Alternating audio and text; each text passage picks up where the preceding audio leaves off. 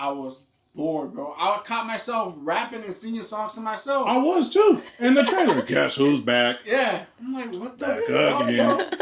Load in trailers with my friends. You know, you guys started fucking. You start beating on it. Guess who's back? Guess who's back? We were bored, bro. Like that's not it.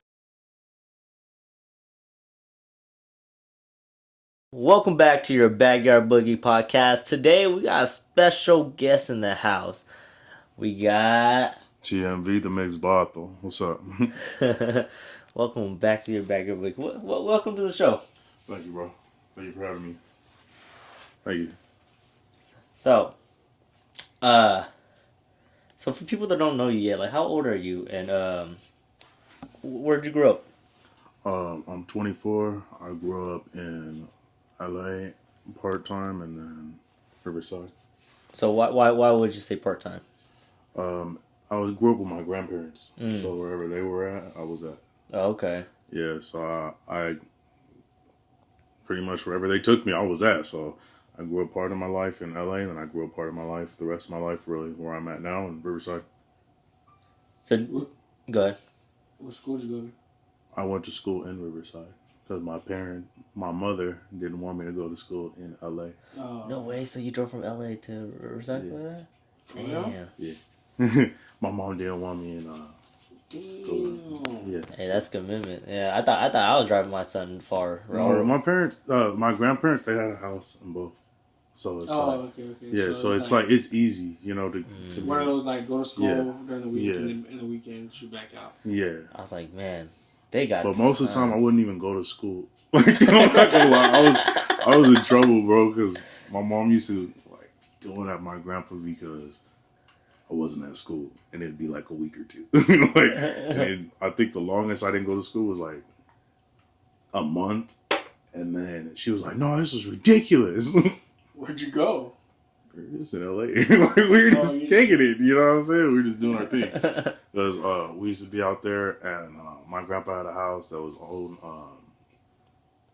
It was the end of my Uncle Billy, stuff like that. You know what I'm saying? So when he passed away, my Uncle Billy, my grandpa didn't want nothing to do with the house. So I feel like that was a turning point where he didn't want to be out in LA no more like that. But so we would only go out there and then to visit like my other uncle. And that's when you're out here? Yeah. So that's when it like slowed down. Out here too? My parents, yeah, they're out here. But I never was around with my parents growing up. Until when? Not really ever. Oh, for real? Yeah, like I have my mom and I have my dad and everything. But I just had like an off and on relationship with them. I wouldn't say like it was like a bad thing. I just feel like I didn't really see eye to eye sometimes with them. But both my parents are young. So, you know, my dad, he died young. He was killed. But my mom, she had me when she was like 15. Oh, okay. Yeah. And your mom's related to Bethel's mom, right? Yeah, they're like twins. Yeah. Okay, so that's how you guys are connected. Okay. Yeah. So growing up, do you have siblings? Yeah, I have a little sister. Okay. Yeah. Were you really close with your sister, or like Bethel kind of was like your brother? I was close. I like not really close because my sister lived with my mom. So like when I got to see her type of thing. So like we built our bond as like she really got older. That's when we started to build our bond. I feel like we really built our bond when I started taking care of my grandpa before he passed.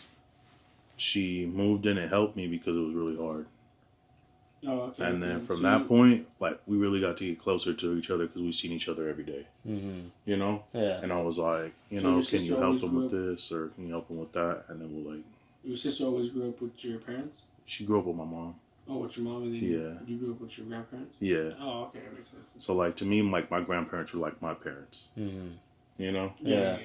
A lot of that's like the norm. A lot of people are like that too. Yeah. I have a little nephew. He's that way too. Like he has the option to live with his dad around. He has an extra room at his house. Yeah. But he's like, you know what? I choose to live with you, Grandma. Yeah. And maybe it might be the same way how you see. Like, you know, you didn't see eye to eye with your parents too well. Yeah. So you just chose to be your grandparents. Yeah, I feel like as you get older, you get wiser and everything, and then you like, because when you grow up with like your grandparents, they're already wise as it is. So you're gonna have an old soul. You're gonna have an old spirit. Oh yeah. You know, and I feel like I adapted to everything that they did really You fast. skip the generation. Yeah, for sure. Basically, it's like the grandparent had a hard time raising the kids, which is your parents. So when they get to the grandkids, they're like, that's why grandparents always treat their grandkids way different than they treat their kids. Right. Yeah. Right. Yeah. So that's why by the time probably your grandparents got to you, it was like, oh yeah, we've already been through this before. Like, they know how to do it the right way. Basically. Yeah. So I feel like from like their point of view and I feel like that point of view of life, I got to be like, okay, I know what I want to do. You know, like. So your dad was from Vejitos, right? No, it's my grandpa. Oh, so your grandpa was from Vejitos? Yeah, I was born and raised in. And Vejitos is a car club. But... Yeah, Vejitos Car Club. Yeah. Oh, so that was your grandpa? Yeah, that was okay. He was born. So I'm born and raised in, but he was plaqued in. Oh, okay. By my uncle. My uncle is the founder. Oh, okay. Original, yeah, Crazy George. Yeah. Yeah. Okay, just asking because. Yeah. We always see each other at car events or something. Yeah. I know you'll see me at a car events. I got like 3 cars right now. I got a 51, 36, and a 40. Bomb? Yeah. Oh, all damn. bombs. You don't got that maroon one no more? Which one? The maroon? Oh, that one. I have a maroon still, but that's a 40 now. I have a 40 maroon. What's that one that you had at? A 69 Caprice. That one. Yeah, that one's gone. Let me see if I have a picture of my 40. I'll show you. So you still got your grandpa's too, right? Yeah, I got that one for sure. Or purple, white or purple? Yeah, that's my baby right there. This is it. Oh, okay, yeah, I seen that one. Yeah. Didn't you post that one? Ooh. Yeah, I'm supposed to be trading it tomorrow. You're selling it? I'm trading it. Oh, okay. Yeah, for what? 77 Monte Carlo. Ooh. It's all done. Nice. So it's really up to the other dude. I told him if you want it, we can trade. I'm not really tripping. I mean, to me, it's just an extra car. Like I got my other bombs, so it's just an extra car. No, I think you probably win that trade. Yeah. That's the only thing I haven't really had. I've had a 69 Caprice, 48 bomb, my 51, a 42. This 40 at 39. Yeah, I've had a few. I'm still trying to figure out what's doing mine. I might still probably. So, yeah, they have some of him and some of the homies have some, like, you know, some motor cars, and they're like, get yourself a car. Like I was like, yeah. At one point, I had I had the Elko. Mm-hmm. The homie has the Cuddy, and then my other homie had an 80 Monte Carlo. And then he fucking traded it. He sold it and bought another one, clean as fuck, and then sold that one again. I'm like, that's me. bro. Everybody's like, bro, you get some nice stuff, and I'm just like, hey, it's gotta go when it's gotta go. I don't know. When I get tired, I'm just like, all right. Other cars. True. Don't got other cars. I mean, but then again, he has to find a place where to park them. Yeah, do you have a spot to park? Yeah, I got my house. Exactly. You know, he was parking his car at this guy's driveway. Yeah, because I already have my garage full. I got my 51 and my 36 in there. So then I just put the 40 out of the garage, and I'm just like, yeah. So you got 2 of them that you will not sell, right? Yeah. Yeah. So guaranteed. Mm-hmm. I feel like I got 3 cars I won't sell because when my dad was killed, I got his Benz, so I won't sell my Benz either. How long ago since your dad got killed? Oh shoot. I don't know. I think it happened in 2022 or 23. How did that impact you? That's recently. Yeah, it was recently. That was really My grandpa passed just 2 years ago in this month. I don't want to like have you compare like that, but then again, I do, because like who was more of an impactful loss to you? Let me break it down for you, because this is gonna be the part where this might hit y'all. The day my dad died, my mom went into my room crying and shook up because she just got the news that my dad was shot. And then it turned into he's gone. So she went to go get me up, and I'm fully asleep. And I have trauma because when my uncle and my grandma passed in the same week due to the COVID, um, my mom woke me up out of my sleep and she shook me, and then she's telling me like we lost family. So that really fucked me up. Right. So when she shook me to wake me up that my dad was gone, I couldn't even put my hands I couldn't even lift my hands, bro. Like I tried to put a shirt on and I felt like I was like gonna have a heart attack or something. And like I had just so much anger that like rushed up like upon me. So it was like crazy. Mm. Yeah. No, I feel it, bro. Like, Yeah. so same thing here. Growing up, my niece, she was the first one that ever like passed. Where I like, oh shit. Yeah. So that was in high school. She passed, and then like I want to say a year later, my uncle passed from the same thing, both from brain cancer. And then, after was like some friends, my great grandma, uncles, and then it got numb. Like, that shit got so numb to me by like the time my grandma passed away, it was whatever. Yeah. And it was the only one that I understood because obviously she's old. Mm-hmm. So like, it was like her time. Yeah. She was like 80 something, 90 something. So I was like, all right, it's gonna happen. Yeah. But with my sister, that one was new. That was like in 2020. Yeah. 2020? Yeah. Yeah, so that one was 2020, but that was new. Condolences. So thank you. Yeah. You too. So that one was like, when I got the call, same thing. So I got the call from my brother, flipping out. Like, I'm driving to work. Call me, hey bro, fucking so. Or I was living in Victorville at the time. So it was only me and my uncle home. For some reason, I wanted to go to work early, which is shocking. So I showed up. I was driving down early. 20 minutes down the hill. 20 minutes. The sheriff or detective showed up to the house. So my uncle don't answer the fucking door. I would have been the one to answer the door. So I was gone. So my uncle was the one that answered, whatever. Broke the news to my dad. They're all at Costco. So then my brother called, said, oh, like this happened, blah, blah. She was in an accident, GTA, whatever. So I was like, okay, like, what happened? And then he called me back saying that she passed away. So now I'm like, man, like, she was in and out of the streets since she was in 8th grade. So like, I was thinking like, someone killed her. So I'm furious, bro. Like, ready to hit up so many connections in Riverside. Like, I was so mad, bro. And then I finally got the call back that it was GTA. Hit and run, ejected out of this car, whatever. So then it calmed me down. It like kind of left me at peace. Yeah. And then same thing. I had my biological mom. I had to call her and break the news. And I haven't talked to her in years. Yeah. So it was like the same thing. Like, when I called her and broke the news, it was like, now I still have like, I don't know. That was like one thing I only remember. Like, out of that day, I remember the whole day, but like, that was one thing that like I remember because I never talked to her. Still don't talk to her. I don't really care. But that one was kind of pissed me off because like I was like, why do I have to break this news? Yeah. To her, but yeah, and then so I know what you're feeling the same way. Like, yours was recently, all at like within years. Yeah. Mine was like back in 2017, 2015 to 2020. So like the same thing you're going through is like, bro, I completely understand. Yeah, I feel like I lost everybody that was really important to me. The most important, like, within 2020 till now.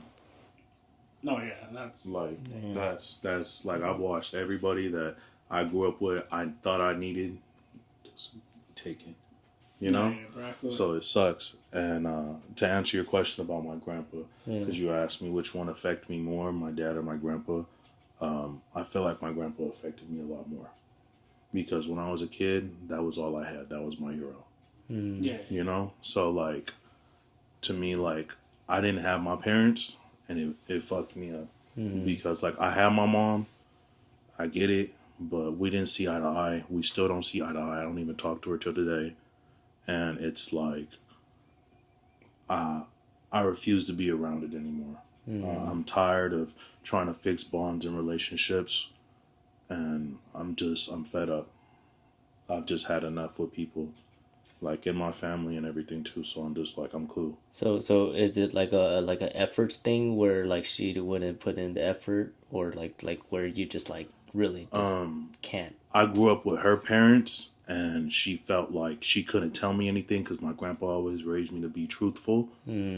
And then I was raised around the Bible, so it's like she'd get mad at me if I told her don't provoke your children to violence, and then we would get into an argument, and I would tell her I feel like you're provoking me. Because around that time, like what? How old were you? Would you say when you had told her that? I was little. Yeah, I was little when I would tell her stuff like, like probably that. like 5, huh? Yeah. So she was Oh, only I was, like, she was really only little. 20 then, huh? Yeah. So like she was still very young. Yeah, she was, and I understand that. Yeah. You know, but still, even like to today, we just bump heads. I don't feel like we see eye to eye, even after all this time that has passed, you know? But I feel like I have a lot of hurt in my heart because when it came time to, like,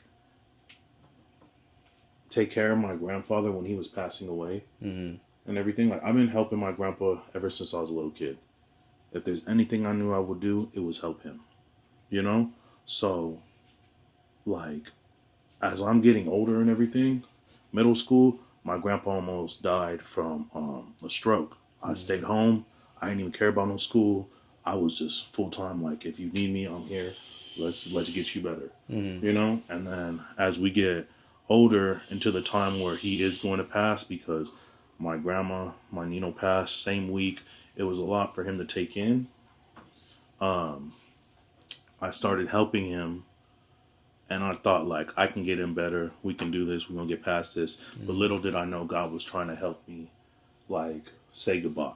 And he gave me 3 years to cope with the fact that I was letting go of my hero. But I was watching my hero die in front of me, and it was hurting me. So, in all honesty, yeah.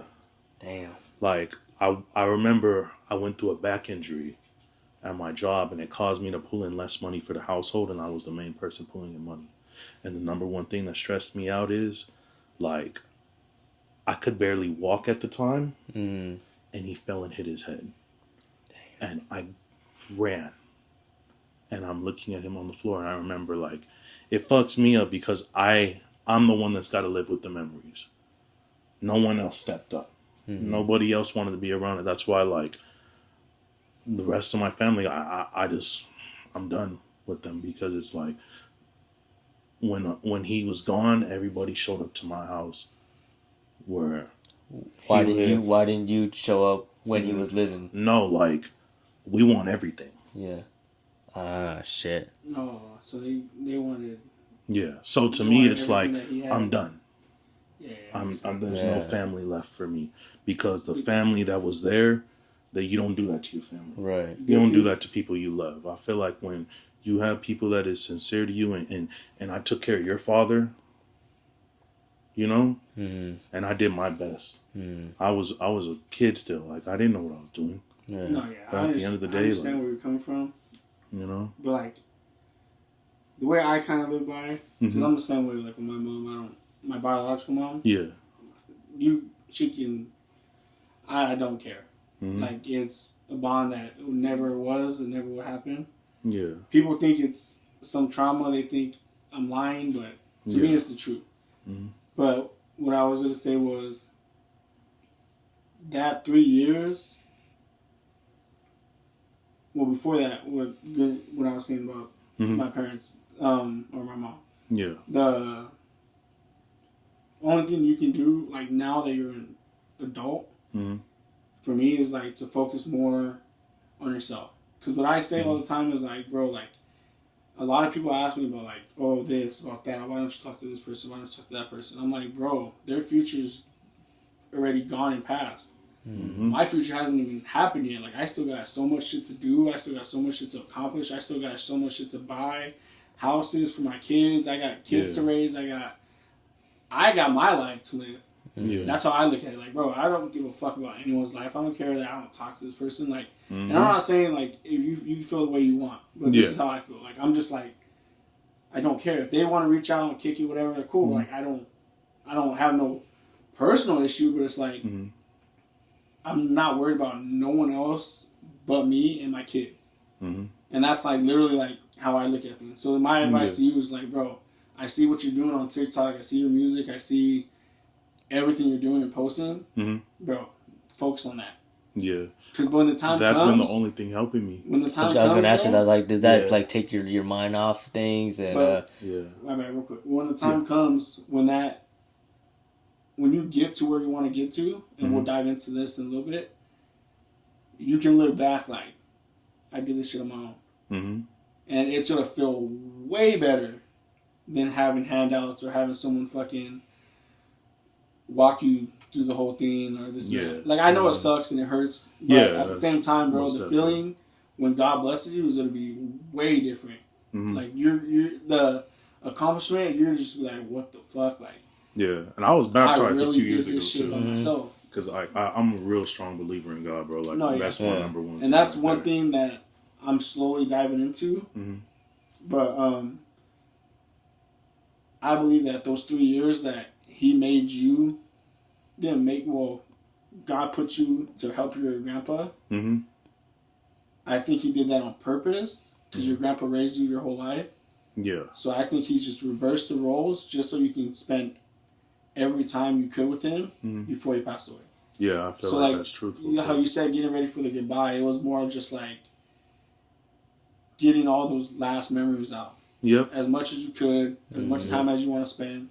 Like, He's bringing you guys so much closer together just to make you more grateful for Him. And I'm not saying you weren't, but I'm saying, like, and when you went through that time, you saw it more as in, like, I'm taking care of him now. Like, now your memories are coming back. Like, damn, he really raised me. He really did this. He really did that. And it's just like you're spending as much time as you could just to say goodbye and get those at peace, kind of. I know it sucks, but I mean, like, it gives you more peace than a randomly passing. Yeah, it does. It definitely is more peace than just a random passing, for sure. No, I feel like I got a lot more peace because we all, like, let him pass together as a family in the hospital. Oh, okay. You know, and to me, I just feel like it was cool.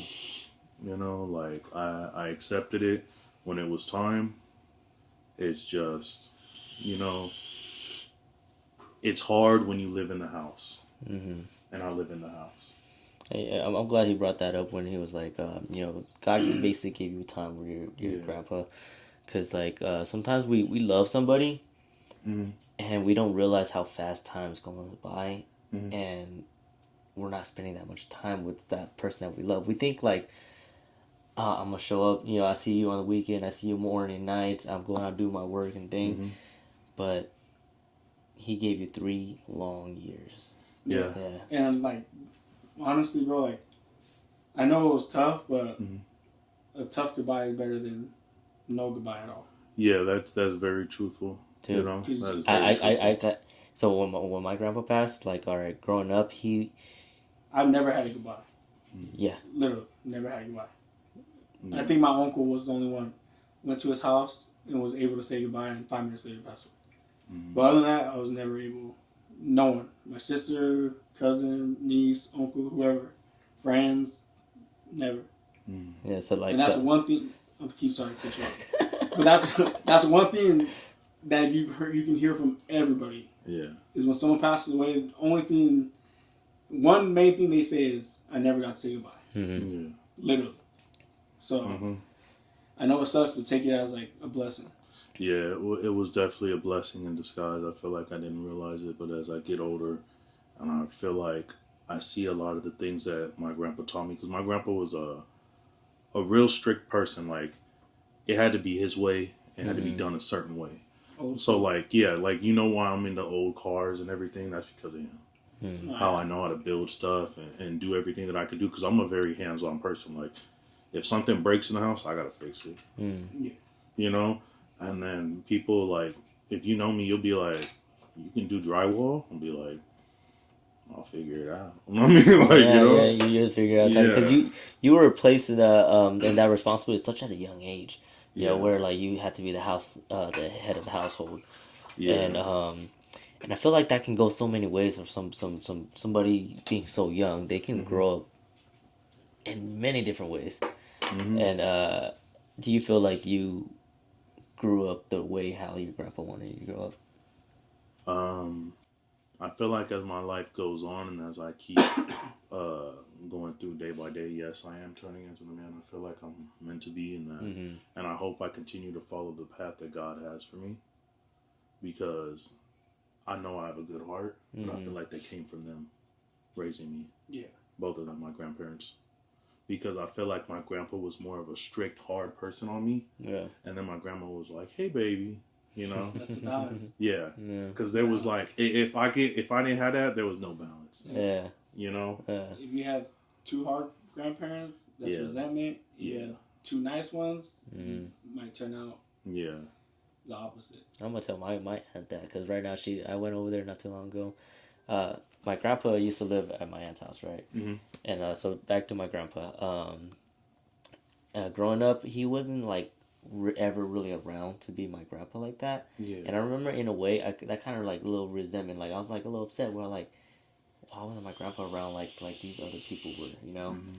But then growing up, I was like, man, that man looks like lonely, like, you know, he's in the back of my aunt's room, like all his grandkids are not visiting him. I was like, you know what, forget whatever happened or like how the relationship was, you know, growing up. I was like, you know, just focus on the now.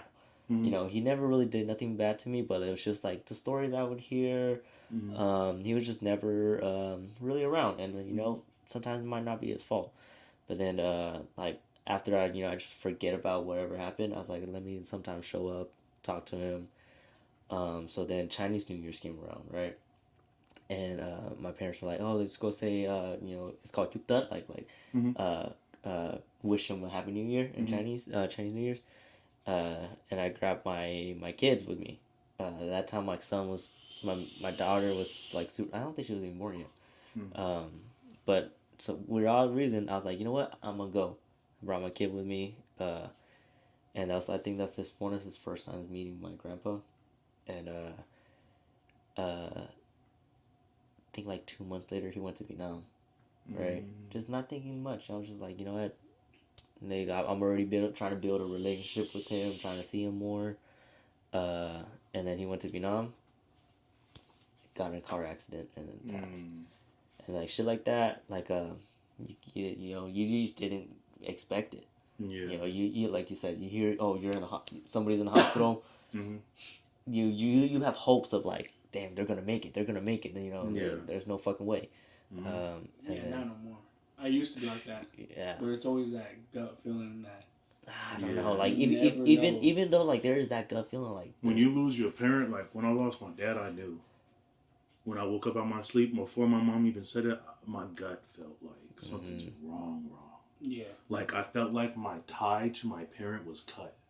Like I don't know how to explain but it. not even. No, I mean I understand that. Yeah. But I'm saying like the gut feeling, as in like, if you were to make that decision to where you're like, I want to take my son to meet him, but nah, I'm hearing these stories. But your gut feeling made you bring Gohan with you. Yeah, it was just like no, it wasn't like my gut feeling. Like yeah, it was my gut feeling. It was You know just what I'm saying? Because your original thought was like, because you said maybe, I don't know if it would take him, but you took him.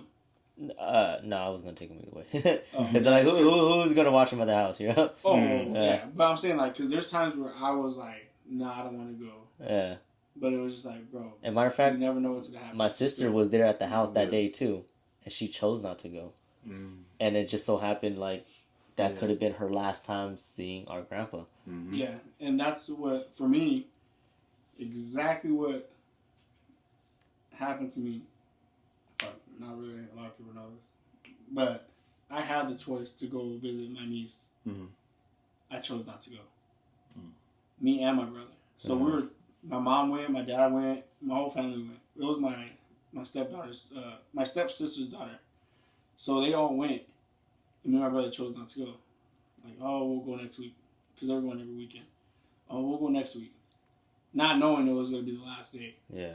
So that's why when it came back around with my uncle, and my mom was like, oh, we gotta drive over here, whatever, to his house. Mm-hmm. We're like, nah, we're going. Yeah. So we went, we were there for hours, whatever, but if we did what we did the time before, it would have went 2 for 2. That would have been the second person that we had the chance to and didn't go. And it slowly but surely happens to like a lot of people. Like my grandma was out of the blue, but she was living with us at the time. My friend's mom, that was like a second mom to me, she was in the hospital right in the emergency room.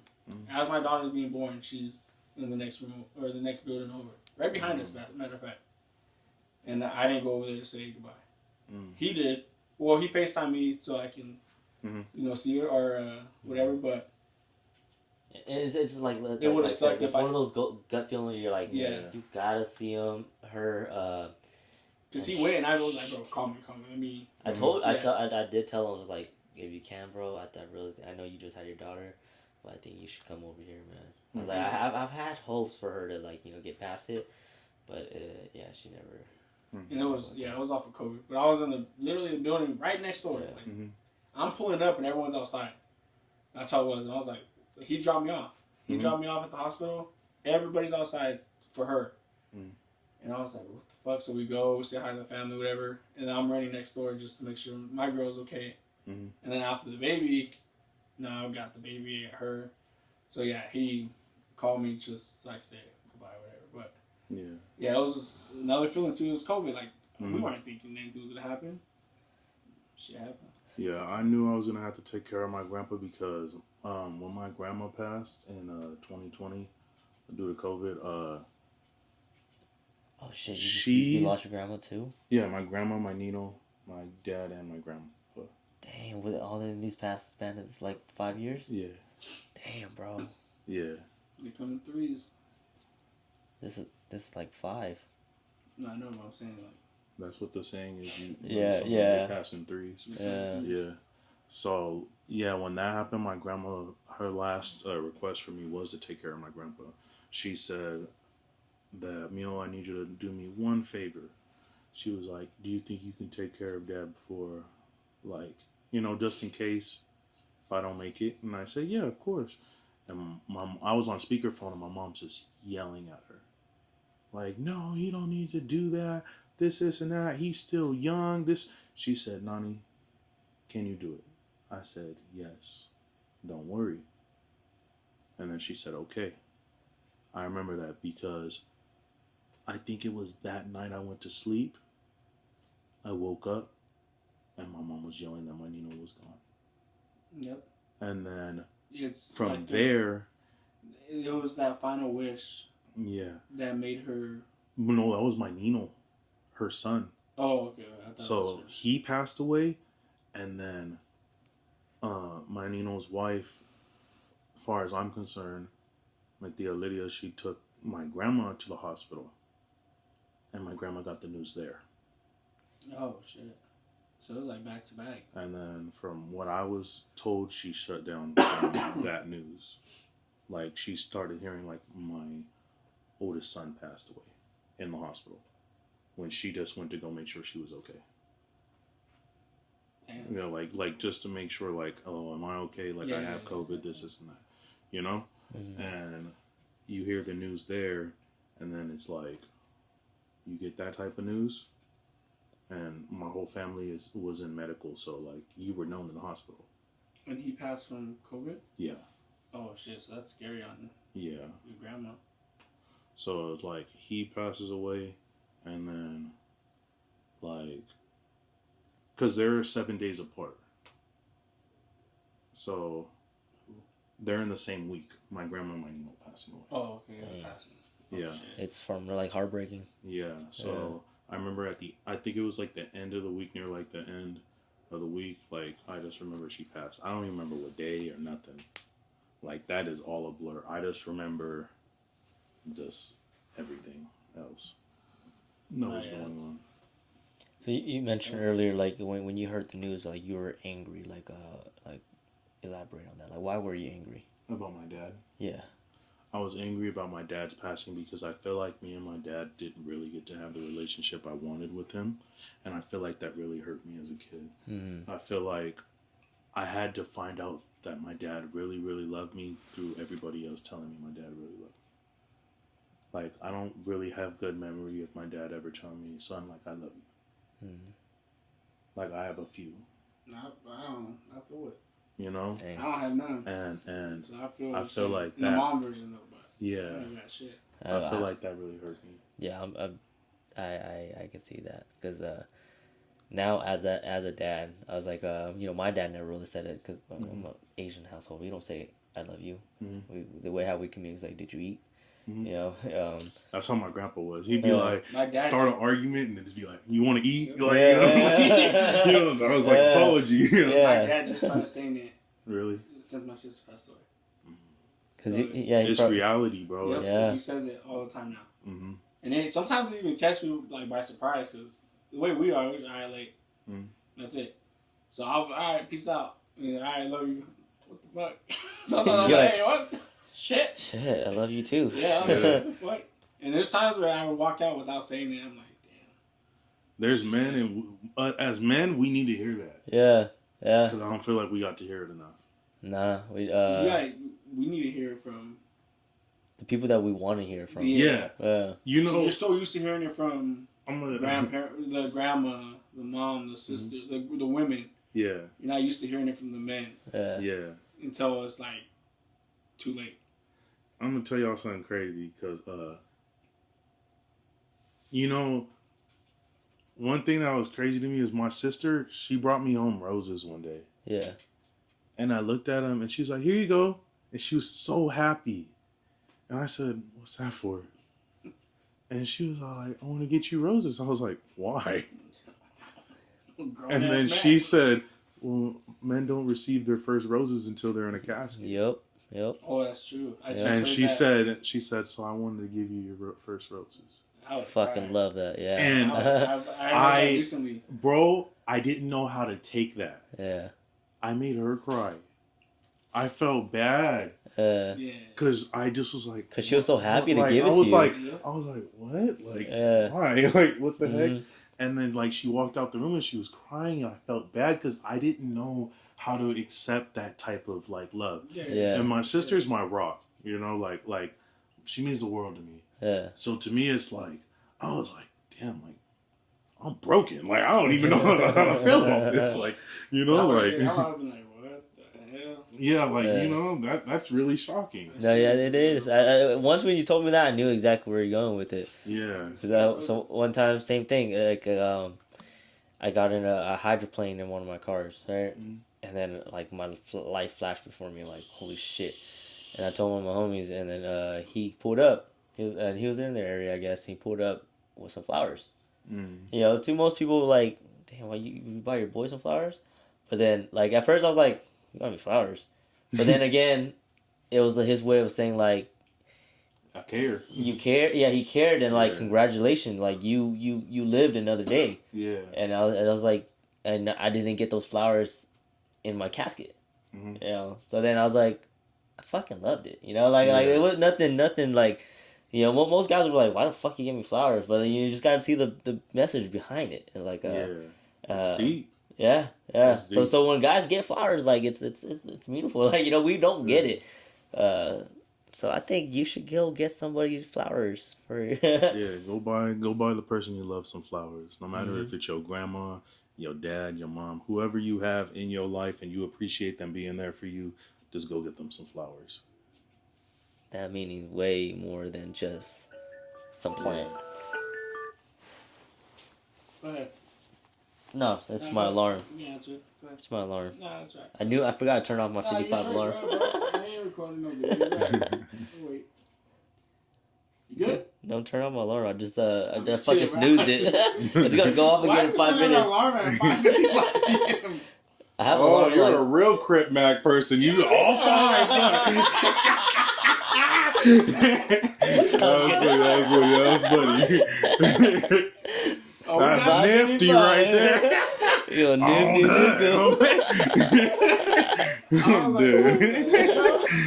dude. All fives, too. All five. Yeah, nifty nickel. Western wiggle. Oh, shit. I'm dead, bro. Anyways. That's funny. Bro, 5:55 on the 5th day of the week on the 25th. Yeah, that's right. Oh, shit. It's a lot of fives there. They're nifty. He's listening. He came to baby snaps. So, we'll get off that topic. Yeah. That was good, bro. Sorry about your losses. No, I appreciate you. Sorry about yours and yours too, bro. Condolences, both of y'all. So, here, man. Did that start the whole rapping stuff, though? Like no, I started rapping when I was in high school. When I was in junior. What was the reason though behind it? You just wanted to do it, or was it like You really want the true reason? I felt like you in the yard, you in the backyard, but we want to hear it I was all. gonna be huge, bro. So like I felt like my dad's side of the family, like my actual dad, their side, all music. My grandpa, like we have a lot of music. We're all really talented when it comes to like music, right? Yeah. So it's like to me, like when I hear music, like I get excited. You know, I feel like music can be a feel-good thing. It can make you sad. Music can make you feel so many emotions. Music is you know, everything to me. Yeah, it'll relax me, bro. So like I love music, and it made me feel good. The reason I took a step back from music is because one of my uncles came up to me, and not my uncle that passed away, it was one of them that's living right now. He came up to me and he told me that God sees music as just noise and it comes from the devil. And that I feel like affected me because I was like, what the heck? Like I don't make music to be evil in any type of way. So and I'm a really God-fearing man. Christian music? Like, and that's what I'm saying. And not all music. Mm-hmm. He's saying not all music, but if it doesn't involve God in it, because I rap about street stuff and everything like that, and I was baptized, I'm heading down the wrong path now. Mm-hmm. So to me, I felt like that was messed up because at the end of the day, we are all here. We are not perfect. We are all sinners, and we are all trying to make it back home to God at the end of the day. In a way, do you feel like he was trying to like say that in like a good way to save you, or like it might have come off rude, but like do you feel like this same message can like when you look back on it like thank you, or just like I know where his heart is. Mm-hmm. You know, he wants me to do right, and I don't feel like I'm doing wrong though. Mm-hmm. I make music. Yeah, and they're good too. I like they're actually really good. The only thing is though, there's so many God-fearing men that make music. Exactly. So it's like it's not something to take bad because it's really not bad at all.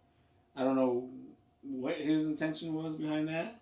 And the funny thing but is, to me it doesn't make sense. So like, the way how I see it is like so like you know how they say like let's say here's an example like you know how weed is a gateway drug. Mm-hmm.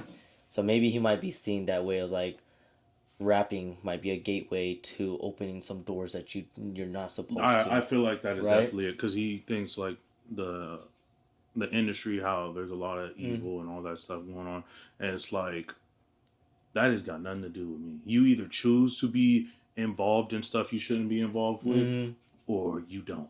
Mm-hmm. Yeah, you know that's it's like it's up to you. Right. At the end of the day, it's where your heart wants to be. You can rap about all this shit that you're not living, just words. Yeah, and you can go to church on a Sunday. The only thing is that most people don't know is the tongue is the most strongest thing that we have because what you speak will become reality. You know, and that's what I was always told. You know, be careful the things that you say to people and the things you say in general, because when it comes true and then you spoke bad, you're not going to like it. So, yeah, that's true. I do try to watch what I say. I get that point, but if you know your intentions is music and it's what you want to do, what you love to do, and then you know who you are at the same time. Yeah. There's no reason to stop. You heard that saying by Bruce Lee? They're like words are spells. Like, even though, like, they might be jokes or, like, it might be for whatever, but once you put it out there, like you said, your words actually have a meaning to something. Yeah, that's true. Yeah. So that's why, like, even when, like, my kids are now, they're, like, they'll play around, they say something, I'm like, don't say that. I was like, you know, eventually it might be sound when you're playing, but, like, your heart eventually might mean something. Might mean that, yeah. Like, when I was a kid, if you grew up and you were like, if you said I hate you or anything like that, you just get smacked. Yeah. You wouldn't say that. Mm-hmm. You know? It's a bad word. And then, like, when I was getting older, my sister could run around, she said it, I was like, yeah. Dude, that's like... I was like, she gonna get hit? I got hit for that. You know what I'm saying? She said it. She said it. I used to be the same way, though. Yeah. But I swear to God, if my daughter says I hate you to my other daughter, I'm flipping my shit. Yeah. Because now that I'm grown, I lived and learned, so it's like, I want to teach them, like, to love each other. Yeah, exactly. Like, you guys are all you got. Yeah, there ain't gonna be no other fucking, no friend that's a replace your sister. Mm-hmm. Like, there can be. Yeah. So that's why I want to teach them young, like, you know. Yeah. I grew up arguing and fighting with my brothers all the time. Mm-hmm. But we're still, like, close to this day, but not as close as we used to be. Mm-hmm. And that's just life taking us in different directions. But for obviously my daughters, I'm like, nah, you guys got to be locked in, tight. So I think that's even worse than saying "fuck you." Saying, I hate you. I really, not at this age, but if my daughter was telling my other daughter, "Hey, fuck you," I would be like, "Yeah, fuck her." But if you would be like, "I hate you," I'm like, "Hey, man, you better not say that again." Because then you can respond with "fuck you too." Yeah, it's just like, all right, they're just talking shit. Yeah. But if you're like, I hate you too, then it's like, all right, calm down. Yeah. You're hitting where it hurts now. You know? Yeah. You can't say that. It's too bad. But are you still going to continue music? Yeah. I plan on continuing music soon. I feel like... I know a videographer, his name's Swazo. Yeah, Sakazo. Yeah, he's been wanting to do videos. I need to do one with him. Or get a Beto, a.k.a. Beto. I heard he's pretty good too. Yeah, I heard about him. I remember that guy. I don't know where I know him from. His name sounds kind of familiar. Yeah. So what made you transition into the TikTok world? So we were in LA one day, and I was with Jay from the Rev, Beto, and he was doing a skit with Crook One, the homie Crook One. Yeah. And I told him, I was like, I want to do skits. Like, I want to try it. Mm-hmm. You know? And he was all like, fuck it, try it. Like, what do you got to lose? I mean, he was like, it either goes good or it goes bad, like, or it doesn't. But I mean, you got to keep trying if you want to succeed with it. Yeah. So Jay from the Real was like the first person to really like push me to want to do a video. Mm-hmm. You know? And then he was all like, I mean, bro, you just got to give it a try. And I do voice impressions. I've always been able to do them. Yeah. But Bethel's brother is the reason I can do voice impressions, because I didn't even know people did voice impressions until, like, I was playing Call of Duty. It was like, I think it was like Black Ops 2. Hey, man, do you have your voice deep thing on? One of those? Bro, I've always had a deep voice, so people used to always... When I first met you, this nigga walked in, hey, I'm Nando. What the fuck? I'm still in high school with a little voice, man. Yeah, so everybody used to like clown me. They'll be like, deep ass voice, you know what I'm saying? I'll be playing a game, they're like, you sound 40. I'm like, I'm barely 12. You know? In that case, where's your mom? Yeah. And like, he used to run in the room because he grew up with me and my grandparents, you know? And he ran in and he would do like Stewie Griffin, Peter Griffin, just like random voices, you know? Fuck, I would love to be around. I love so Family like Guy. I was like, what the heck, you can do like voice impressions? Uh-huh. So then I started looking up like voice impressions, like people that do voice impressions, and like I started practicing, and then like the first one I ever learned was Cleveland Brown. And then, like, I just kept going from there. Do a Cleveland Brown impression. Well, me and Peter were planning to go out later. That was good.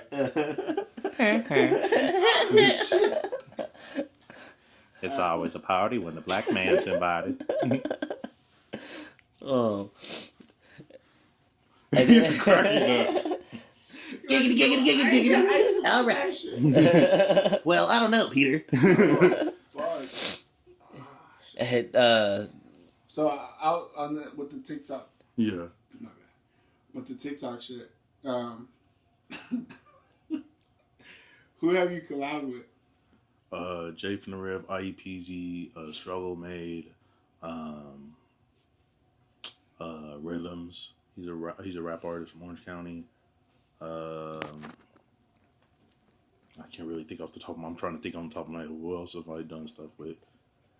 you done quite a few people. Like, who's on your... Struggle Made's brother. I forgot his name. But he's good people. They're all good people. I want to know that full story. Yeah, he's been through a lot. He was locked So up I for hear. like 10 years now? Yeah, so I hear he's been through a lot, but that's a good man. That's a good solid man right there. He's a solid brother, bro. Sounds like it. Yeah, he's real good people. He's always got a good vibe, videos, laughs, everything. Like that fool's comedy. He's a comedy good person to be around. Yeah, you know. I watch their shit too. Yeah. The funniest one is when he came home drunk and fuck act like he was robbing them. Yeah. They crack me up, bro. They're really funny. He left the broom on his back and ran around to the back door, came and opened the door. What are you doing? He's just like... It was funny. I knew that was you, Dick. He's like, fool, what do you mean? Yeah, I see that. It was funny. They do crazy stuff. And it's cool because they're brothers, and it's like you see that brotherly love, and that's cool. Oh, yeah. You know? You can tell they appreciate each other. They're from IE, right? Yeah. They're full IE. I think they're from Ontario. Oh, okay. Yeah, but I think they live out in San Bernardino now or something like that. Yeah. I don't know. I'm not gonna put their business up. Like I don't know. Yeah. But they're good people. Those are like family. You know. Nah, we appreciate you guys who do skits, man, because not a lot of people can do them, and it's like, all right, how did you build the courage to like fuck everybody that'll say like, oh, he's trying to be a TikTok or a content creator. How did you fucking block out all the noise and just like, I'm fucking C-Mac? Well, Kai, it all started on the 55th day of the 55th year, Kai. I was a nifty nickel. No, bro. It just I don't know. I just think I like to make people laugh. I feel like that's why I do it. I like to see people be happy. Because at that exact moment that I'm making you laugh, you're not stressed about anything that was a problem in your life. See, laughter just brings all this together and just forget about whatever went on. And so I feel like that's why I really do it. I'm just trying to make somebody's day better. And I get hate comments all the time. Oh, I can't wait for C-Mac to get out and he's going to put his nifty nickels on you and this and that. And I bet you anything when he gets out, you guys are to collab. Yeah. For sure. Me, I'm going to stand right next to him and tell people, hey, custards, you see 5, you get 5. You know what I'm saying? Just to make people laugh, bro. This is 5. Yeah. That's nifty and this is a nickel. You know? Whatever we got to say, you know? I did a promotion for C-Mac with awful lot of cough syrup that was supposed to be going to his books. So I hope it did, you know, because that's what I did the promotion for. And I got to talk to C-Man too on the phone. He's good people, you know. His voice is more raspy, I feel like, than what mine was. Yeah. He was like, damn, I was like, damn.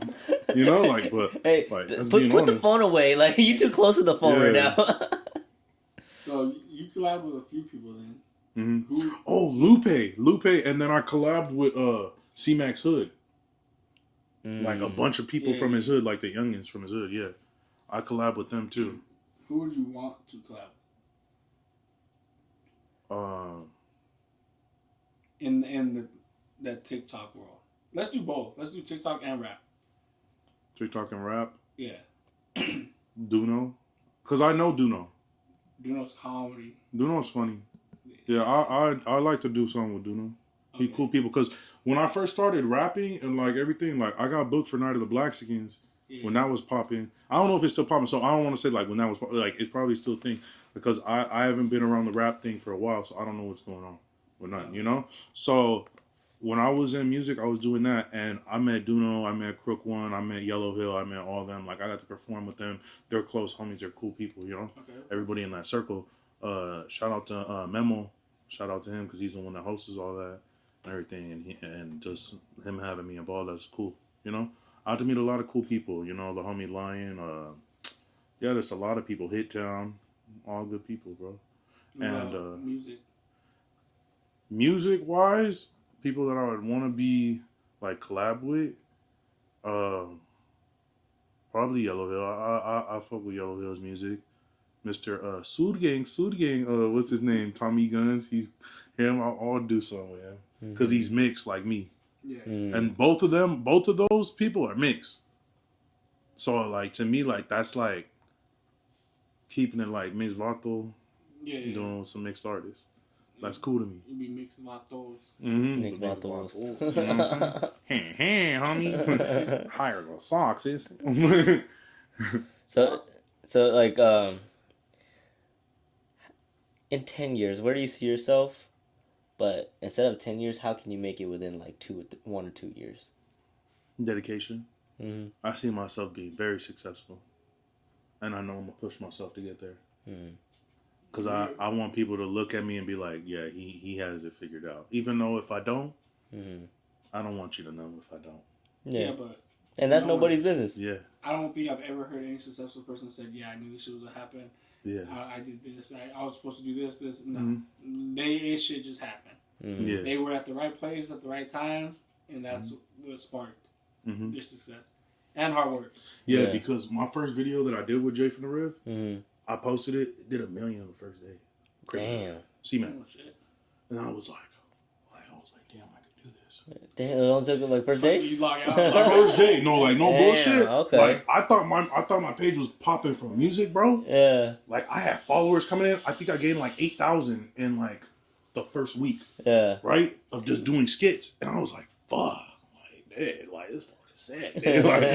Like was tripping. Like I was tripped out, and then like it just kept getting better and better as I keep posting. So then we did a video. The biggest video that we have is me, Jay from the Riv, and Struggle Made, the homies, and we all did a video. This was before PZ, yeah. Were you guys roasting each other? Yeah, we were all roasting each other, and it's in one of the Halloween shops or something. The Halloween thing. Yeah, It was a Halloween. yeah. 14.5 million. Damn. Yeah. Yeah, that's a lot. I gained 30,000 in one day. Damn. I would have logged out of my shit. Not like it probably wasn't one day, but it was in that week. Because like when I pulled up my Instagram thing, bro, like it said like 1 week, and I thought it was like 1 day, but it was like 1 week, and it said 30,000. I was like, what are y'all gaining? And they gained more than me. I'm not gonna lie. But yeah. For me, I was just like shocked. Yeah, because you were like not too deep in yet, huh? Yeah, I wasn't. Like I was still starting skits. So I know a lot of people do TikTok. Yeah. I haven't followed that trend. But how long are you planning to do TikTok? And are you doing TikTok? And I'm not saying this is your main reason why you're doing it, but are you doing it to get you somewhere else you want to get to? Yes. Okay, so what's that? What's your goal like after TikTok? Streaming. I want to do streaming. I want to be smart with it. I want to do streaming, TikTok, music, and Instagram. Yeah, because TikTok is my full pay right now. Yeah, that's what I do for work. I recently watched someone live on TikTok, and they were like, "You gotta stream, and he was like, "Not yet." He's like, "If I go to stream, I'll be on there for 4 hours, 5 hours with 2 people, or 30 people that were on the TikTok." And he's like, "I'd rather gain my following now on TikTok, and then when I start streaming, I have all my day ones pull up." And so like as soon as I go live on TikTok or something, like I don't always pull in the biggest views. Some people like they'll be like, "Oh, who are you?" And then they'll be like, "Oh, you're Crip back." Or like they'll know me for that, or I'll get people that know me for my music. And I used to have a clothing brand. I had people to be like, "Oh, yeah, I bought your clothing." You know, I was like, "Damn!" Like, and that's funny how they recognize you for something else. Yeah, it's cool. Yeah, because most people didn't even know that I rap. Because like I posted my song today, like one of my songs I did, Old School Ways. Yeah, I posted that on TikTok, and like I'll get people and they'll be like, "You rap too?" And I'm just like, "Yeah, bro, I did rapping before I did skits." Like, you know. So what's your dream? My dream? Dream job, dream. What do you want to be in the next 5 years, 10 years? Financially stable. No. That's a dream. That's a dream, man. But I have some. With me, like I was telling in the last interview with Beto, I was telling him how with opening like a certain business or opening this or opening that. Like, I'll get to a point where I can open things that I like. So, like for you, financially stable, is that just to be TikTok? Is that just to be streaming? So what are the like you're looking up your goal right there, right? What are the steps that you got to build to get up to that level? That's what I think he's trying to ask, right? Yeah. So the way that I see it is like I gotta take TikTok more and more serious every single day because it is my number one income. Mm-hmm. So that is like my number one focus is TikTok right now. And then from there, I do stream on Twitch. And I've been streaming on Twitch for a while, and I've been trying to build that following. I got like 160 right now, but I've been building it, and I've had subs and everything. I've got to the point where I have commercials on my stuff and everything now too. The ads? The ads and everything. I have emotes. I have all that. Like I figured out all this. I have an intro even. Like I'm talking about Phantom type shit. Phantom is a goat. Yeah. And I'm trying to tell you, I got a Phantom intro. And like, look, I ain't gonna lie. Shroom University is coming up next year, 2026. And I'm trying to be on that you gotta level, apply. bro. You gotta apply. Bro, I'm trying to be on that I level. want us to apply, and I just thought about this the other day. I haven't even told you, but He's planning shit without me. I sent your application in already. So you gotta have your backpack. I want us to apply because they had a girl on Shroom University that was like a news reporter. So I want us to do it, but have our own studio. Okay, I got you. Oh shit, that's like a little Phantom. Because everybody tells me I look like Phantom when I do my hair back. That looks like Phantom. Watch, this is my intro to Because what ethnicity are you? Oh shit. I'm mixed, bro. I'm really mixed. I'm Mexican, Mexican, Puerto Rican, black, somewhat, native. Is that Phantom Puerto Rican? Hey, that intro's hard. Who made that for you? I made that. Damn, for real? Yeah. That's hard. I made my own intro. I make all my own stuff. So, like, I'm really dedicated to, like, trying to figure out how I can better and make my stuff more appealing. No, so, like, I spent hours, bro, just researching and everything, just trying to make sure that my stuff looks the best. You know, like, I had one point, I was pushing 720p for my stream, and I feel like it wasn't cool. I'm at 4K now. Oh, shit. I was like, no. No, you're good. Go ahead. But yeah, that Shroom University, bro, apply for that shit. There was people that have 2 followers that made it. And I was like, what the fuck? So with that, I'm like, bro, I was thinking about, like, for having us do it. Because I wanted to do stream too, but, bro, I don't have time for that shit. And, like, once I started realizing, like, you can't just hop on stream. The smartest thing to do is go to YouTube with it too. Like, so this is what I'm gonna give you the game plan. I'm gonna give you the ball plan right here. Fuck, what's his name? You need ZSNB. 30 minutes. You don't have to have nobody watching you. I promise you. 30 minutes. Do a reaction video. Take it. Make a thumbnail. Post it to YouTube. That's all you got to do. People are gonna want to watch you. You're gonna build your fan base. That's what I'm about to start doing. Pull up. Yeah, like I'm so serious. I'm about to start doing that. I'm about to start making YouTube videos off of my reactions and stuff. Yeah. That's right. That's right. We just not shooting. Who is it? Why, are you off? Yeah, no, because we thought about streaming because it's kind of effortless, you know, in a way. Like I wouldn't say like effortless, but there's still a lot of background work to it. Yeah, and we tried it once here. We put on Madden, but like I felt like there's a better approach to it. Like you said, I was like I don't want to spend 4 hours here. I felt like it was just so much time being put in where not much in return. Yeah, you know that's the very stressful part. Yeah. So what people said, because I made an argument, and my argument pissed a lot of people off on TikTok. But I said this because I've already walked in those shoes and I wanted to see what people had to say. I said, streaming is harder than a blue collar job. I believe so. And when people said, that's bullshit, y'all just sit behind a camera all day, this is that. I have to fix mics, I have to fix settings, and I'm spending hours trying to make sure my quality is all right. That shit. Yeah. You have to sit there and entertain. Yes. Yeah. That shit is hard. Yeah. Yeah. I can go to work and bust 5 jobs out in 8 hours and be... You're being judged off everything you do. You look at your phone, you're not giving me attention, swipe. Yeah. And it's quick, bro. That shit You gotta be very entertaining. Yeah. Yeah. You know? Now, I believe that. It's like most people just see what they see on the screen. They don't see... Like I said, like when I said, streaming is effortless, I was like, I take that back. It is not. Because like the background work to it, it's a lot. Even with like content creating, I don't know how long does it take you to do your skits, but planning the skits, you know. Yeah, you like. This is what I'm gonna tell y'all. If y'all want to become a TikToker, just know this is something that's been very hard for me to realize. Every single day is a new skit. Be ready. Yeah. Jay from the Rib told me that, and I feel like I was like, yeah, it shouldn't be too hard. And I was like, as the week progresses, you're like, fuck, I'm gonna shoot tomorrow, bro. And I gotta figure something out, you know? And that's the reality. When it becomes your everyday job, it's like, okay, if I don't shoot, I don't eat. Yeah. My bills don't get paid. Yeah. Now I'm really stressing.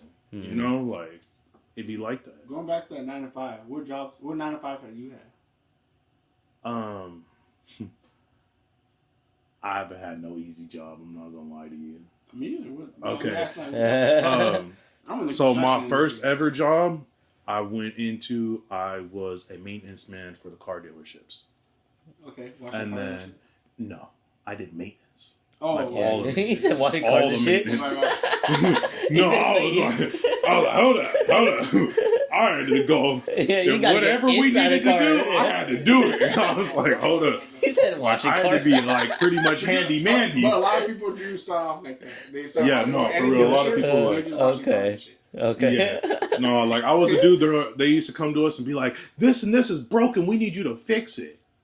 Right. So like I had to be like hands on. Like I needed to know how to fix machines, doors, anything that broke. I had to fix it. Yeah. You know, and then like what I didn't know I signed up for was they had these boxes full of paperwork, and they'd be like £100 per box, and they had like 20 boxes. I had to go from one staircase, and it was a wraparound, go down that one, load it back onto the dolly, and then I had to take it to the truck, load it on the truck, drive to the other place, then go up the next staircase with a wraparound again, and then put it all in the building. He said, fucking fax this shit. Email this. I was like, what y'all need this for, bro? And then after that, they want to tell me that we taking too long. Y'all built the building. What else? Just that? There was that. We had to do all the yard work, of course, for the place, you know, like keep it all up and done. We got furloughed. I got furloughed there because of COVID. From there, I went to Amazon, where I got my first injury. I ripped the muscle in my arm while I was loading a big ass box into a trailer. Because the dude came in, tripping, manager talking about, it needs to be at the top, this, and that. It's a big ass dumbbell, 100-pound dumbbell, says 80 pounds. They want it at the top? What a dumbass. So serious, bro. I threw it on the top. Muscle rip. I was like, damn. I was pissed, bro. So then, Amazon fired me on injury. But I was young. I was 19, so I didn't know you could sue people. Yeah. I heard about people suing, but I didn't know you could sue jobs like that. Like, like if I would have knew, I would have had a case. Yeah. I didn't know. You know, I was fired on injury. And they settle.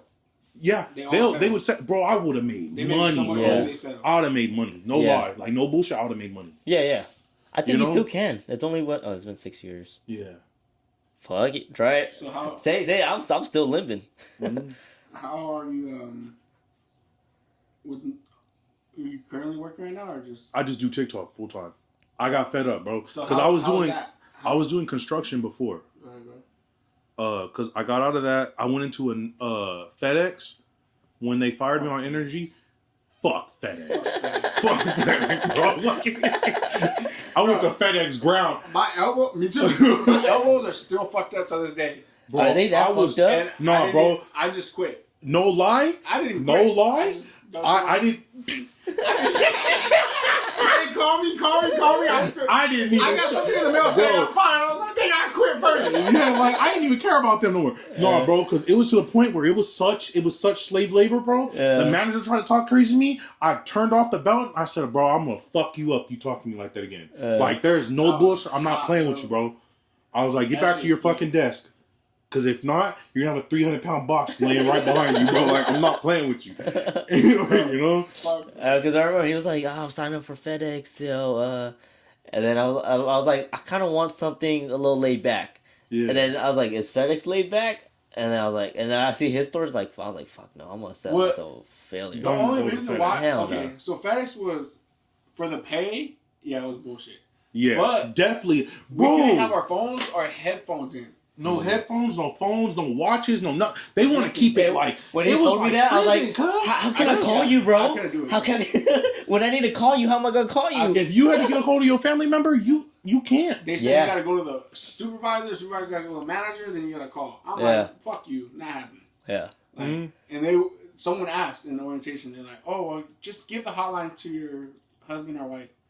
I said, yeah, you can suck my dick with all that. Like, that's that. With emergencies, that sounds like some cheating shit, bro. Yeah. Like that's not like, nah, fuck you. They can control that. They're like, you know what? This doesn't sound like emergency. You know, he's back to work. Mm-hmm. You know, that's fucked up. Yeah, but you could walk out. A lot of motherfuckers been walking out and they show up the next day. Really? Yeah, that was me. Yeah, they won't fire you, bro. Nah? It's because no one wants to work in that environment. Yeah, it gets real hostile, bro. Like I feel like that was my anger issues were the worst. I was snapping at managers and everything, bro, because I was like, y'all playing with me, bro.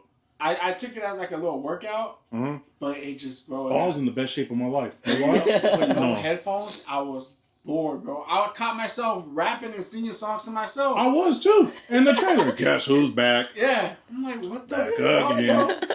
Load in trailers with my friends, you know. Like, you guys started fucking. You start beating on it. Guess who's back? Guess who's back? We were bored, bro. Like that's not it. And then Bethel came to me and he was like, "You want to work at my job?" And I was like, "Where you work?" And he was like, "I work at this other Amazon, and it's DOT, and it's a big trucks. You drive like 26-foot trucks, right? And on top of that, you got to drive the truck and you have to load the boxes and everything. You get probably like 50 stops. It's called XL delivery. Okay. Oh, but that's where you injured yourself, though. That's where I got my back injury. Oh, bro, I got sent out on a big stop by myself, and I kept telling them my back was hurting, bro. You know, and that was the day before my injury. Like my back was killing me. I had like 50-something boxes. So we're just doing TikTok. How's life treating you now then? Like day by day. It's cool. I wouldn't say like I'm not at the level where I can be like, oh, like I got it all figured out. It's stable. No, it's not. Like I'm not gonna lie, I'm not there yet. And you know what? I don't feel like you would ever get there. But hear me out on this, because like there's gonna be always new bumps that you're gonna have to go over. Exactly. You know, so like no matter you might feel like you're there for a minute, but then you're like, damn, there's a new challenge. I gotta how to take that. Smell out. Put my shit on airplane mode. I'm dead. I ain't never had people call me. Your location's off. Where the fuck you at? I'm at home. Come home, you gonna find me. Nah, it's Decky. What the fuck you calling me for? Oh shit. Anyway, go ahead. See, I'm fucking shit up. All right, but so the thing about TikTok is if you don't go viral, that's where you're gonna start stressing, bro. You have to be viral if this is your full time. Yeah, you got to stay consistent and you got to be viral. So when did you know where you're like, fuck Amazon? What was the last job, right? Or construction? Construction was my last job. Okay. What did you do? I did what is it called? Foundation. Foundation? Yeah. Oh, okay. So we pretty much had to prep everything, all the dirt and everything, get it all ready. That's very for the people that come in to lay the buildings and everything. So my uncle was the one that would run the sites, so that's how I got on. And he was all like, "I'm not gonna bullshit you. It ain't finna be easy for you. You my nephew, but you ain't getting it easy." And he was like, "Everybody else had to work their way up. Be ready to work." So I got put to work, and I was just like, "What?" So, like, when you quit, you told your uncle, "Hey, I'm doing TikTok." Did that like he was like, "What the fuck?" no, I was already doing TikTok at the time. It was just like it was getting too much in the way, like of construction. Like I was just like, bro, like I'm trying to take TikTok serious, but then I got this damn job, and I'm too beat after because I was going from working this shift, getting off, going straight into go get ready and go do TikToks, and then I'd be out like until like 11, probably 12, shooting TikToks with the homies, and then I got to get up at 4 a.m. to go back to work, and I'm probably gonna drive an hour and something out, go do that shift, and then have to go back home and do it all again. So it was like the 2-hour drive. That shit wears you out. Going Yeah, back. so it was going like, back bro, I felt like I didn't have the energy, bro. No lie. I'm trying to figure it out right now. I've been up since 3. Yeah. In the morning. I wake up at 3, start my day, get ready, wherever I go. And I try to make it home at least before 3. Yeah. Before 3 or 4, whatever. But still, when I get home, I'm like, damn, I still got to go to bed at least by 9 to try to get 5 hours of sleep, 6 hours of sleep. It's all. I'm glad. I'm glad he's doing this right now. Yeah, it's still like, it's a bitch. But now that we're going into this part of the podcast where we're getting people in, it's like now it's like less stressful for me. Before we're like trying to figure out like what we're gonna talk about, certain things. Now we're just like reaching out to people, and then we know like, oh, we're gonna have like some more conversation about other people and see how they're doing things and put our insights on it and stuff like that. So it makes it easier for me now to like be able to ask the questions and then conversate like that than just kind of go back and forth. We're still going to do the back and forth, just us two. But, I mean, like, it's a little easier doing this. Yeah. For me. Yeah. I don't know about for him, but for me, it's a little easier. Yeah, we can talk. The reason why we started a podcast, we're like, bro, I've been talking to you for fucking like 3 hours already. Why don't we just put on a fucking camera? This fool will say bye, and then we chop it up, sit down. Yeah, I was like... that is just how it is, bro. Like, being mixed, bro, like, it didn't matter what race, what family members, how we were at. You said bye, I went to go sit down. I already knew we weren't leaving. We were there for like a whole hour, 30 minutes later. And then I'm getting yelled at if I got up off the seat to go move. Like, where you going? We're leaving. I'm like, when are we leaving? That's why every time, like, my girl and everyone, what time are we leaving? Soon. Just soon. I ain't giving you no time. I'm just saying soon. That's it. For real. But yeah, to piggyback off what we were talking about a little earlier was I heard something too about like, don't get like complacent. Like if you want to get like you know how you want to become financially stable or you want to do this, like nah, like you always for me I always want more. I want multiple incomes. So that's why I say I want to do like music, Twitch, and that's what TikTok, all that, and YouTube, everything. I watched something like that too, where they were like, "You want to have Steve Harvey? He has." They always ask him why you have all these jobs and this and that. Why don't you say no? And he's like, because if this one shuts off, this show's done. I still have this.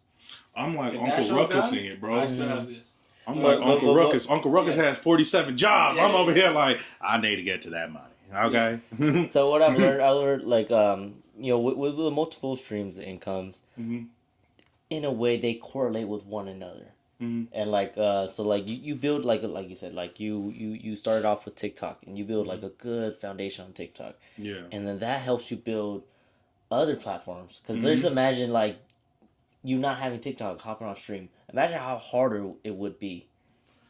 Yeah, because I have more followers on Instagram than TikTok. So, like, I try to use both of those to like promote my Twitch. Mm-hmm. And it's like sometimes it's a hit or miss. I might go live and even with 80,000 people, no one want to show up.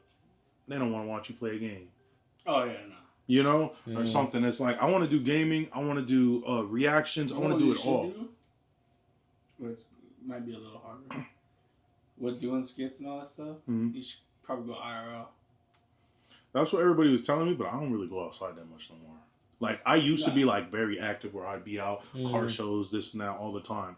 You know, I don't feel like I'm out like that enough to do enough. But like IRL. You said, you got the IRL, clip that, post it on YouTube. Yeah. There's Twitch, TikTok, YouTube.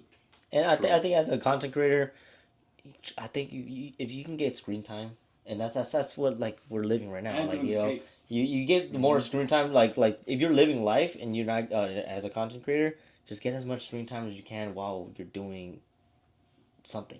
You know, and I don't know. If that's good advice coming from somebody that's not really doing TikTok, but like, you know, just you get creative with it. Yeah, and, you know. Don't waste your day not getting that screen time, because who knows that, you know, it could blow up by you. I don't know what you do day to day, play games or something, you know. Yeah, I'm not gonna lie, I'm very good at games. Video games has always been my I feel like my get out. What do you play? Anything. One thing, like me, like I play Call of Duty. I play a lot of Call of Duty. I can play Fortnite. I can play the skate game. You know, the new skate that just came out. They just dropped the new skate.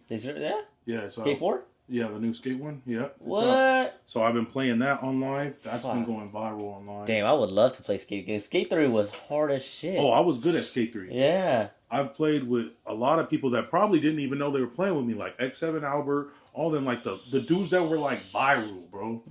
I was dropping 60,000 Megapark, 70 almost thousand. My most on Megapark was 68,000. It was like 68,500 something. Damn. I remember it because that was like my record, and the record on Megapark was 72,000 for years. Yeah, I think I stopped playing Skate 3 because I let somebody borrowed it, and I just don't remember who. So you have my fucking Skate 3, give that shit back. I know I can go buy another one, but... Oh, that's crazy. Yeah. That's a fade. Yeah, I don't know who fucking have my Skate 3, but I miss that shit, man. You owe him a fade, cuz. The way you said your location being off. Yeah. Seemed a little like you knew how that felt. How's your relationship status? That is Single? a question for the Lord, because I am single. Single? Yeah, I am single. Wait, this relationship just ended, or what? I feel like that is a question for the Lord.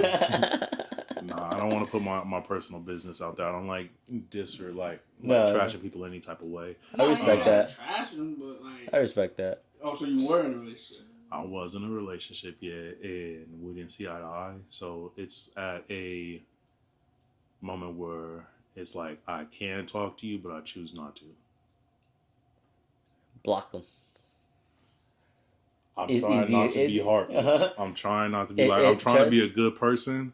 Bro, it's a lot easier because once you see them there, you just want to click on their story or just want to like. Actually, I don't. Just unfollow them. Yeah. Just unfollow them. Don't really. Nah. Leave it at that. But yes, that person is blocked right now. See? You just said you didn't try to be like that. Well, I didn't say I blocked a number, but I blocked them on social media. That's what I meant. Well, God, you gotta be a little bit more respectful. You know what I'm saying? I did what I gotta do. You know what I'm saying? I'm a nifty nickel, you know what I'm saying? Alright, usually we end our podcast with you going by saying something that you live by or that means the most to you. Hold on. Before we get to that, I got one last question, and I want you to be completely honest. Okay. Completely. Okay. So, beginning of the podcast, we were talking about how many people you lost over the short amount of time. Honestly, how has that affected you, changed you to make you who you are today? And what you're doing today and why? Because it obviously sounds like you're working hard. Mm-hmm. So, how has it changed you and changed your perspective on how hard to work and what you really want in life? I'm gonna be 100. I'm gonna be blunt. I ain't gonna lie. You told me to be 100. I'm gonna be 100. I feel like through everybody I've lost, through losing my grandma, my Nino, my dad, and my grandpa, I feel like it has taught me a lot, and God has showed me a lot. Definitely because I feel like I've watched the people that I love and my point of view turn on me. I've seen that point of life. I feel like I see what it feels like to have to take care of another grown man. Watch your superhero pass away. It has made me more wiser. It's made me realize just how valuable life is and how you can't take anything for granted. Appreciate the people and the time that you get with people because you never know if that's your last breaths or that's theirs. Don't waste anybody's time. And if you get time and you know that you're blessed with time, and we never know if we're blessed with time. Mm-hmm. Just try to live every day and be as happy and treat others how you want to be treated. Don't ever put somebody down because of a situation that they're in because you never know if that can turn.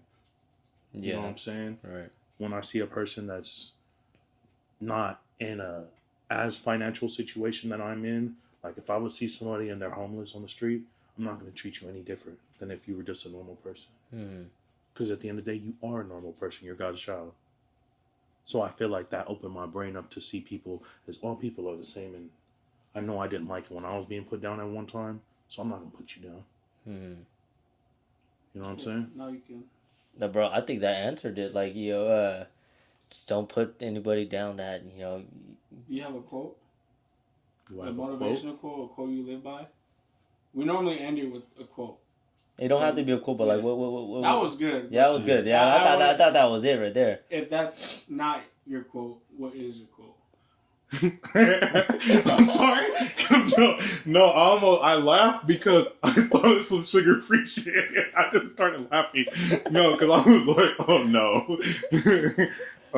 Sugar-free got some good quotes. No.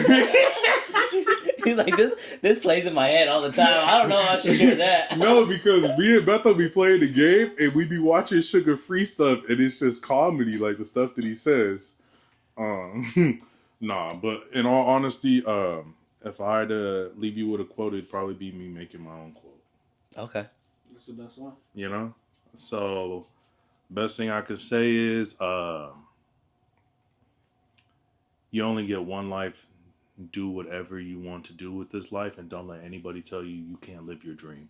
Because at the end of the day, they don't see the dream that God gave you in your head. So go chase that dream, go get that bag, and don't ever give up. God is good. Appreciate it. That was good, man. Yeah.